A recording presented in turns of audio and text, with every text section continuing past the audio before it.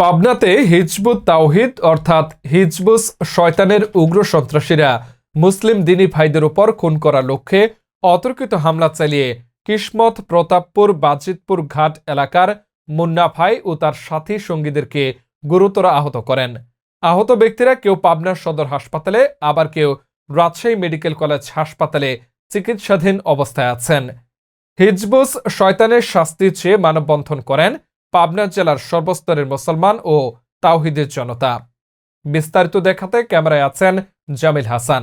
দেখতে থাকুন হাসান 24 ওয়াচ। আজকের এই আন্দোলনের সংগ্রাম থেকে আমাদের সর্বপ্রথম যেই দাবি সেটা হলো ওলামায়ে কেরামের দৃষ্টিতে তারা যেহেতু কাফের, তারা নিজেদেরকে হিজবুত তাওহীদ বলে প্রচার করবে, মুসলমান বলে প্রচার করার কোনো অধিকার নাই।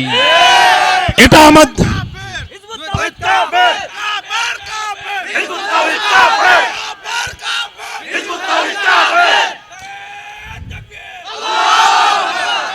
এই বাংলাদেশ যেহেতু বাক স্বাধীনতার দেশ, যে কেউ তার বাক স্বাধীনতা প্রয়োগ করতে পারে। সুতরাং আমরা বলবো, কোন হিজবুত তাওহীদ যদি নিজের দাওয়াত অন্যের কাছে নিয়ে যায়, ইসলামের দাওয়াত নিয়ে যাওয়ার কোনো অধিকার নাই। তাকে বলতে হবে হিজবুত তাওহীদ ধর্মের দাওয়াত নিয়ে এসেছি। হিজবুত তাওহীদ যেভাবে সাধারণ মুসল্লিদের রক্ত ঝরিয়েছে, এখান থেকেই প্রমাণ হয় ওরা কোনো ইসলামী দল না, বরং দেশের মধ্যে ওরা সব থেকে বড় সন্ত্রাসী সংগঠন। কথা বলেন ঠিক কিনা? আমরা ইতিপূর্বে দেখেছি ফ্যাসিস্ট সরকারের সময় ফ্যাসিস্ট সরকারকে ওরা ব্যবহার করে বিভিন্ন জায়গায় আলেমদের উপরে জুলুম, নির্যাতন, নিষ্পেষণ, আলেমদের ঘরবাড়িগুলো পুড়িয়ে দেওয়া, মুসলমানের উপরে আক্রমণ করা, এই কাজগুলো করেছে। আমাদের বলতে বড় কষ্ট লাগে, অবাক লাগে, ফ্যাসিস্ট আমাদের দেশ থেকে দূর হয়েছে, কিন্তু ফ্যাসিস্টের অঙ্গ সংগঠন হিজবুত তাওহীদ এখনো দেশ থেকে দূর হয় নাই। কথা বলেন ঠিক কিনা? ফ্যাসিস্ট দূরীভূত হওয়ার পরেও আমাদের যুবক ভাইদের, হাজারো যুবক ভাইদের, ছাত্র ভাইদের রক্তের উপর দিয়ে ওরা ভারত পালিয়ে যাওয়ার পরেও কিভাবে হিজবুত তাওহীদ নামক সেই ফ্যাসিস্ট সরকারের অঙ্গ সংগঠন আমাদের দেশের মধ্যে থাকে, আমরা এটা জানতে চাই। কথা বলেন ঠিক কিনা? আমরা প্রশাসনকে বলতে চাই, আমাদের ভাইয়ের যারা রক্ত ঝরিয়েছে, হাসপাতালে পাঠিয়েছে, যেই সমস্ত মায়ের দিলের মধ্যে কষ্ট দিয়েছে, আমরা প্রশাসনকে বলতে চাই অনতিবিলম্বে এই সন্ত্রাসীদেরকে আক্রমণ করতে হবে। এদেরকে আইনের আওতায় এনে দৃষ্টান্তমূলক শাস্তি দিতে হবে। আর বাংলাদেশ থেকে চিরতরের জন্য হিজবুত তাওহীদকে নিষিদ্ধ করতে হবে। কথা বলেন ঠিক কিনা? বাজিতপুর ঘাট এলাকায় আমাদের তাওহীদি ভাইদেরকে তারা আহত করেছে। সম্মানিত উপস্থিতি, আমরা জ্ঞাত রয়েছে, আমরা সবাই জানি আমাদের ছোট ভাই হাফিজ এবং আব্দুল মোমিন রয়েছে, তাদেরকেও নেক্সট টার্গেট করে রাখছে। আমরা এখান থেকে বলতে চাই, পাবনা তরুণ আলেমদের পক্ষ থেকে বলতে চাই, যদি হাফিজ এবং আব্দুল মোমিনের গায়ে কোনো প্রকারের আসর পড়ে, তাহলে তার দাঁত ভাঙা জবাব দেওয়ার জন্য আমরা সবাই প্রস্তুত আছি তো ইনশাআল্লাহ। আমাদের এক সাথী ভাই বর্তমান রাজশাহী মেডিকেল হাসপাতালে ভর্তি আছে। আমি ঘটনা সংক্ষেপ বলতেছি। বিষয়টি ছিল এমন যে সাধারণত আমরা দাওয়াতি কার্যক্রম করতাম, আশেপাশ দিয়ে সব জায়গাতেই দাওয়াতি কাজ আমরা পরিচালনা করতাম। সেই সুবাদেই প্রতিনিয়তই আমরা ঘোষপুর এলাকাতেও দাওয়াতি কাজ করতাম, সেখানেও আমাদের মেহনত চলতেছিল।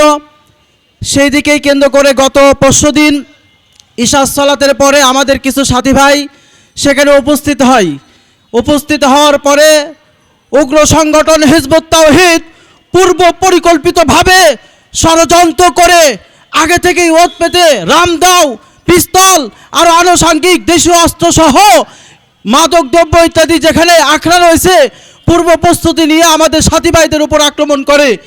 আমাদের সেখানে অল্প সংখ্যক সাথী, 2-4 জন 5-7 জন সাথী সেখানে দাওয়াতি মিশন নিয়ে সেখানে উপস্থিত ছিল। তাদের উপরে নৃশংসভাবে হত্যা করে আমাদের বিশেষ করে মুন্না ভাইকে এত গুরুতর আহত করে, এমনভাবে আহত করে যে তাকে একেবারে মৃত্যু পর্যায়ে যাওয়ার জন্য তারা পরিকল্পনা করছিল। বিশেষ করে তাদেরই একজন হিজবুত তাওহীদের এক কর্মী নয়ন, সে গভীর ষড়যন্ত্র করছিল এবং আমাদের মুন্না ভাইকে মার্ডার করার ষড়যন্ত্র, এবং সেই সেখানে মূল হোতা হিসেবে কাজ করছে।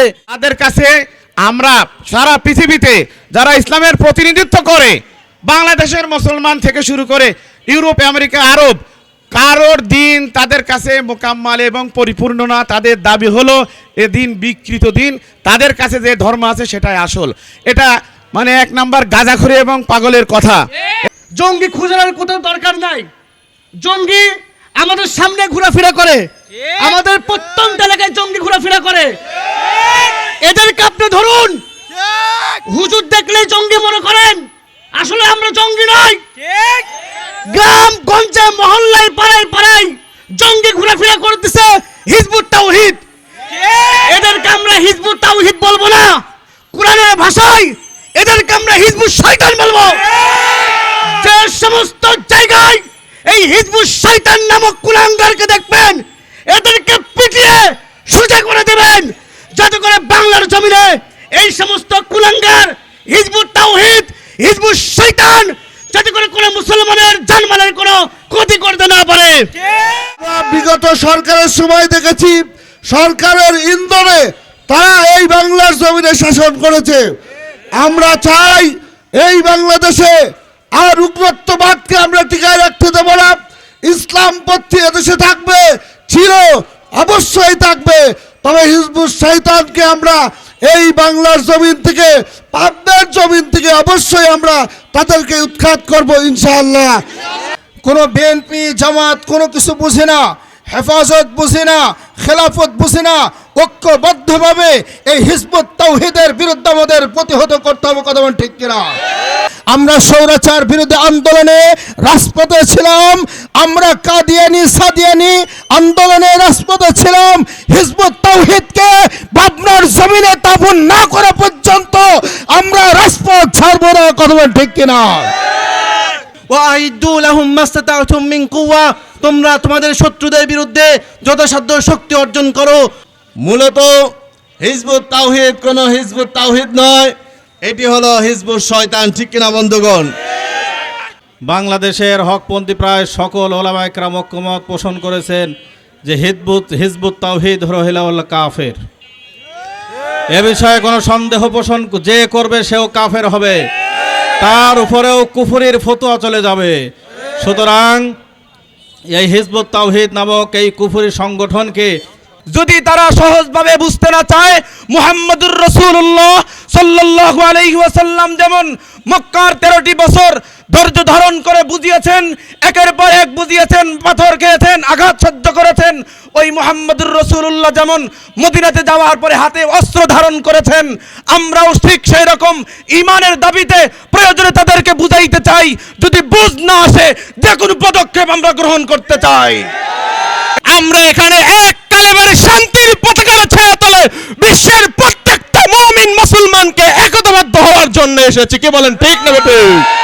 হিজবুত শয়তানগুলা সাধারণ যারা বিশেষ করে মাদক অ্যাডিক্টেড বা নেশাগ্রস্ত ব্যক্তি আছে, এদেরকে টার্গেট করে নেশার বিনিময় এবং গরিব মানুষদেরকে অর্থের বিনিময় তাদের দলের সঙ্গী সাথী বানাচ্ছে।